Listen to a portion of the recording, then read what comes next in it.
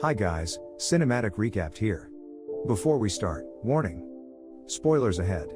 Today, I'm gonna explain an American inspirational biographical drama movie, called The Pursuit of Happiness. The movie is set in 1981 in San Francisco, where a salesman named Chris Gardner invests his entire life savings in portable bone density scanners that play a vital role in his life.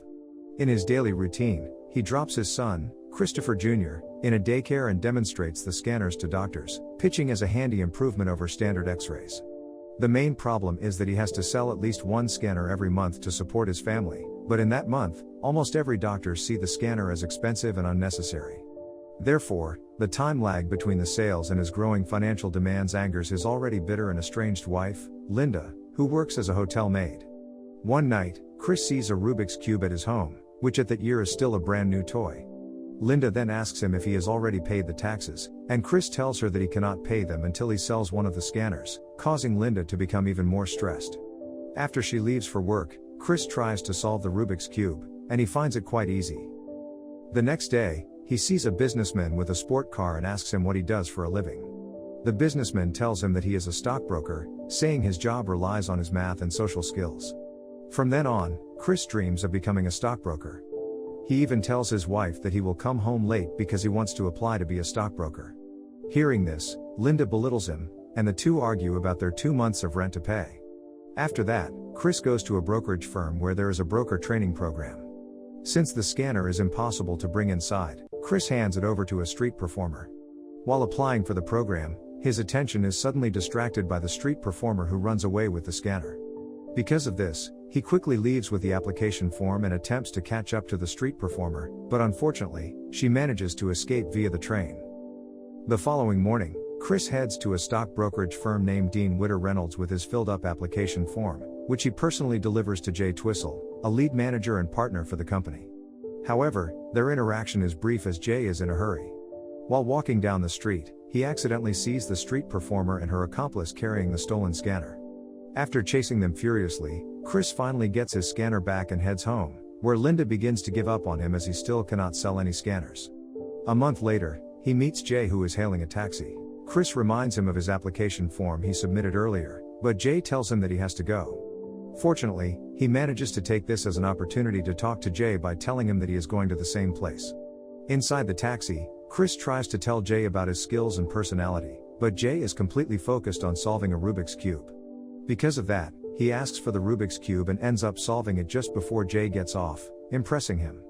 After Jay leaves, Chris just realizes that he lacks the money to pay the fare, so he chooses to run away when the taxi stops at a red light, causing the driver to angrily chase him into a BART station. He quickly boards a train, but loses one of his scanners after the train door closes on his hand. Afterwards, he calls his wife to apologize for not being able to come home on time. Angry that she missed her shift, Linda tells him that she and Christopher will be leaving soon. Therefore, Chris quickly returns home, only to find that his family has abandoned him, but at the same time, he receives a call from Jay inviting him to come for an interview about the internship. The next morning, Chris confronts Linda, who has just dropped their son off at the daycare.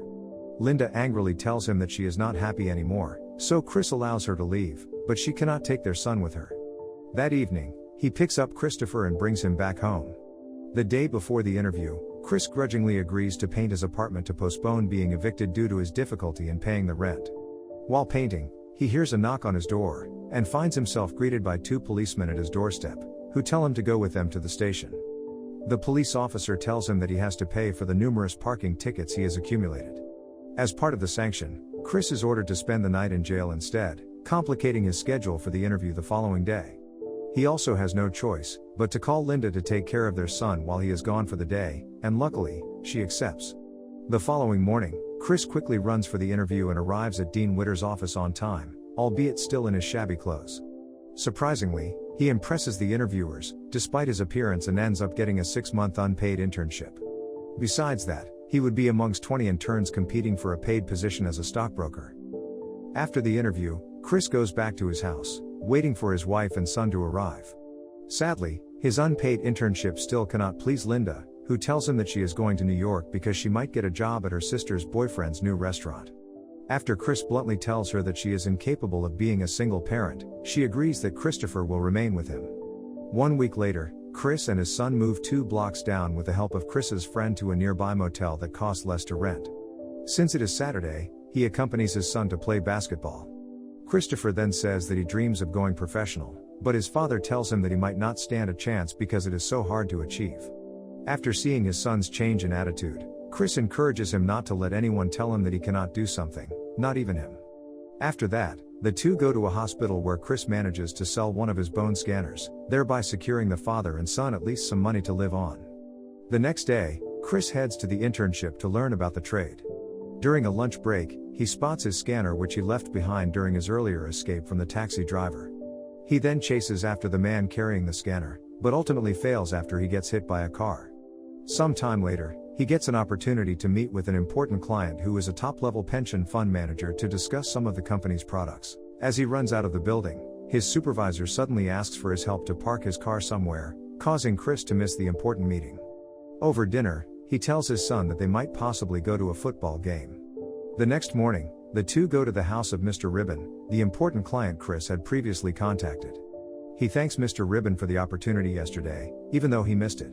As they want to leave the house, to their surprise, Mr. Ribbon invites the father and son to come with him because Chris had told him that they are going to the football game.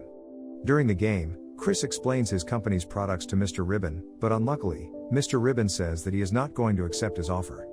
The upside of their meeting is that Chris gets to talk with Mr. Ribbon and his businessmen friends, who are potential clients. Everything is going well for Chris for some time, until the IRS garnishes his bank account for unpaid income taxes, causing him to become broke. Later that day, he finds the man who carries his scanner at a public park, and eventually retrieves it from him. After that, they go from place to place trying to sell the scanner, only to find out it is broken. In addition, Chris and his son find that they are evicted from the motel, with their things outside their room. Furthermore, he ends up with less than $22 in his bank account, resulting in them being homeless. At one point, they are forced to stay in a restroom at a BART station, where Chris quietly cries at the lowest point of his life. Realizing that they cannot go on like this, the two head to homeless shelter the next day, where they almost get cut off because the rooms are already full. At night, Chris attempts to repair the scanner, and also studies for and aces the stockbroker license exam. Disadvantaged by his limited work hours and knowing that maximizing his client contacts and profits is the only way to earn the broker position, Chris develops several ways to make phone sales calls more efficiently, including reaching out to potential high-value customers.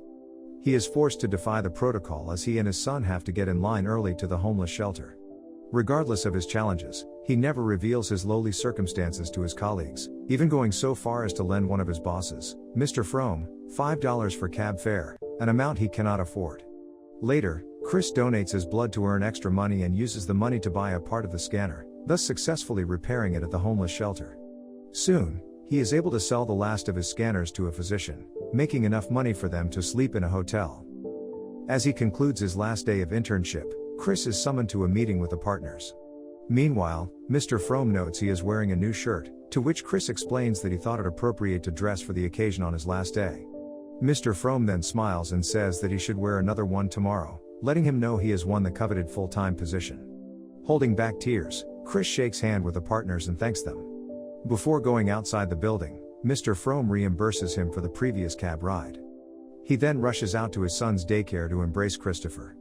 The movie ends with Chris and his son walking down the street jokingly, with the real Chris Gardner in a business suit walking past them. An epilogue reveals that Gardner went on to form his own multi-million-dollar brokerage firm. Subscribe to watch more videos like this, turn on notifications, and leave a like to help the channel out. Thank you for watching.